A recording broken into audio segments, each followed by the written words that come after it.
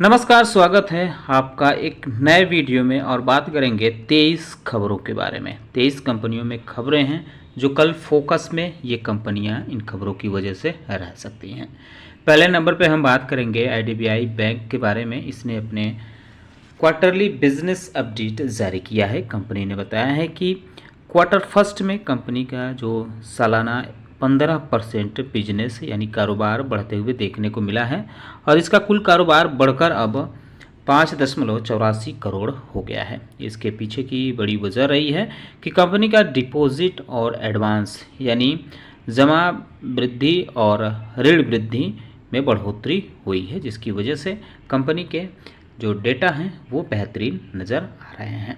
NTPC green energy की अगर हम बात करें तो इसकी सहयोगी company NTPC renewable energy limited ने पीटीसी इंडिया के साथ 1200 मेगावाट और सौर ऊर्जा की बिक्री के लिए एक पावर परचेज एग्रीमेंट हस्ताक्षर किए हैं। एचडीएफसी बैंक में अपडेट ये है कि इसने अपने पहली तिमाही के बिजनेस अपडेट जारी किया है। ग्रॉस एडवांस जमा और एडवांसेस अंडर मैनेजमेंट में अच्छी खासी बढ़ोतरी देखने को मिली है और टोटल जो इसका कंपनी का सकल ऋण है वो 15.4% बढ़कर 30 लाख करोड़ से ज़्यादा पहुंच गया है। डाबर इंडिया में अपडेट ये है कि कंपनी ने अपने क्वार्टर वन के तिमाही नतीजों को लेकर एक अनुमान जताया है। कंपनी का कहना है कि रेवेन्यू और पैट 2 अंकों यानी डबल डिजिट में बढ़ सकता है। इसका कारण घरेलू और इंटरनेशनल मार्केट में मजबूत मांग रही है। वेदांता पावर में अपडेट ये है कि कंपनी ने अपने पहले तिमाही के बिजनेस अपडेट जारी किए हैं। बताया है कि 38% कंपनी की बिक्री बढ़ी है क्वार्टर फर्स्ट में और ये 5225 मिलियन यूनिट रही है, जबकि पिछले साल 3784 मिलियन यूनिट रही थी। इंडसइंड बैंक की बात करें तो इसका नेट एडवांस में वार्षिक तौर पे 2.3% की गिरावट दर्ज की गई है और ये 3,26,171 करोड़ रहा है। वहीं एनबीसीसी को एक ठीक ठाक ऑर्डर मिलते हुए देखने को मिला है। असम और ओडिशा में निर्माण प्रोजेक्ट में लगभग 132 करोड़ रुपए का नए कार्य का ऑर्डर मिला है कंपनी को। गोदरेज कंज्यूमर लिमिटेड के बारे में बात करें तो इसमें भी अपडेट देखने को मिल रहा है कि कंपनी ने बताया है कि उसकी फर्स्ट क्वार्टर में हाई टीन्स यानी 16 से 19% के आसपास कंपनी का कंसोलिडेटेड रेवेन्यू ग्रोथ रह सकता है और इसका अनुमान जताया गया है ये कंपनी का।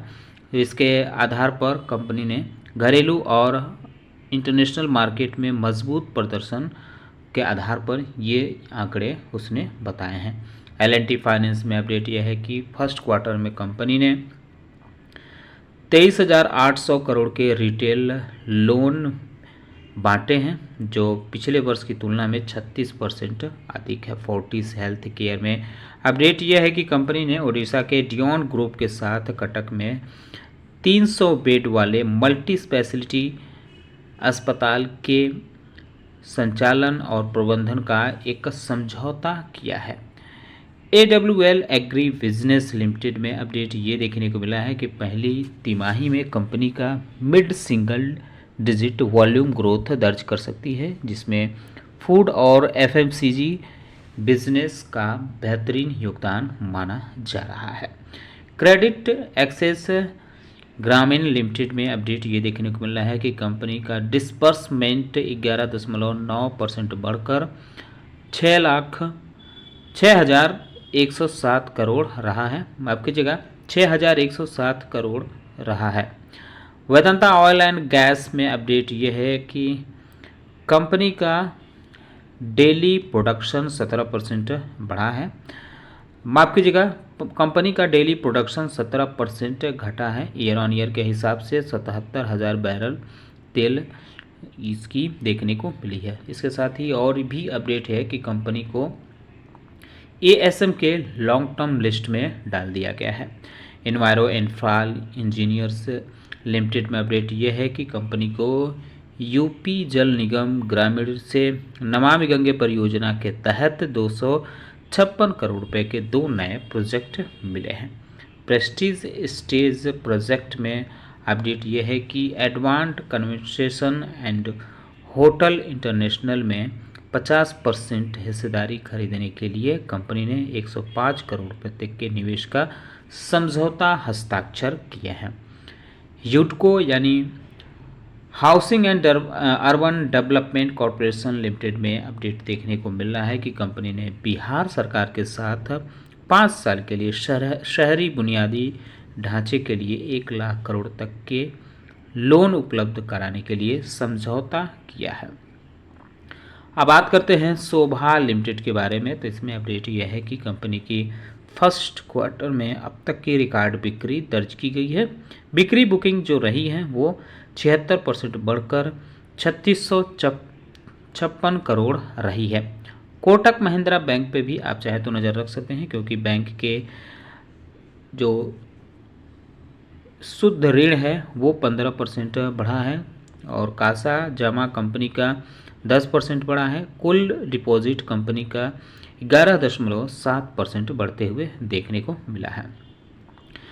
वारी एनर्जीज लिमिटेड में अपडेट ये है कि सेबी ने प्रमोटर की हिस्सेदारी को पारिवारिक ट्रस्ट में स्थानांतरित यानी ट्रांसफ़र करने के लिए अनिवार्य ओपन ऑफर से छूट दे दी है। यह सक्सेशन प्लानिंग की प्रक्रिया का हिस्सा है। कोल इंडिया लिमिटेड पे भी आप नज़र रख सकते हैं क्योंकि कंपनी ने UPRVUNL के साथ उत्तर प्रदेश में नवीनीकरण ऊर्जा परियोजनाएं विकसित करने के लिए एक ज्वाइंट वेंचर समझौता किया है। AU स्मॉल फाइनेंस बैंक में अपडेट देखने को मिल रहा है कि कंपनी का कुल जमा 23% बढ़ा है, जबकि सकल ऋण पोर्टफोलियो 22% बढ़ा है और कासा जमा 21% बढ़ते हुए देखने को मिला है। शक्ति पंप्स में अपडेट भी है, इसको भी आप चाहे तो नज़र रख सकते हैं क्योंकि कंपनी को Maharashtra state electricity distribution company limited से 353 करोड़ 89 लाख का इसका ऑर्डर मिलते हुए देखने को मिला है। इसके तहत महाराष्ट्र में 15,000 of grid solar water pump लगाए जाएंगे। तो सीधे से अगर कह सकते हैं कि कंपनी को 353 करोड़ 89 लाख का ऑर्डर मिला है महाराष्ट्र से।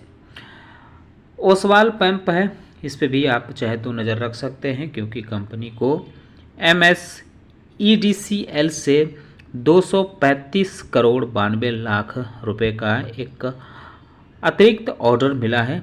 इसके तहत महाराष्ट्र में 10,000 of grid DC solar water pumping system की आपूर्ति और उसे इस्टेब्लिश करना है। तो ये महत्वपूर्ण अपडेट है। साथ ही साथ ASM लिस्ट, ESM फ्रेमवर्क और सर्किट लिमिट के बारे में भी आप देख सकते हैं। इसका हमने अलग अलग वीडियो बनाया है और अपने चैनल पे अपलोड कर दिया है, जिसे आप हमारे चैनल को विज़िट करके उसको देख सकते हैं। क्योंकि जो ASM लिस्ट है उसमें ठीक ठाक कंपनियों पर कार्रवाई होते हुए देखने को मिली है और करीब 64 कंपनियों को राहत मिली है, 24 कंपनियों को ASM लिस्ट और ESM फ्रेमवर्क में शिफ्ट किया गया है। वहीं 58 कंपनियों को जो है सर्किट लिमिट में डाला गया है, यानी इनकी सर्किट लिमिट में चेंज किया गया है। खास करके सियान agro industries, Vedanta iron and steel, Vedanta oil gas, Bharat seeds, blue cloud जैसी कंपनियां ऐसी हैं जिनमें ASM लिस्ट में कुछ न कुछ कार्रवाई हुई है, या तो राहत मिली है या तो एक्शन हुआ है। तो इन कंपनियों पे आप जाके नज़र रख सकते हैं। उम्मीद करता हूं कि आपको हमारा वीडियो पसंद आया होगा। कैसा लगा बताना ना भूलें। साथ ही साथ हमारे चैनल को सब्सक्राइब कर ले, बेल आइकन दबा लें। वीडियो देखने के लिए बहुत बहुत धन्यवाद।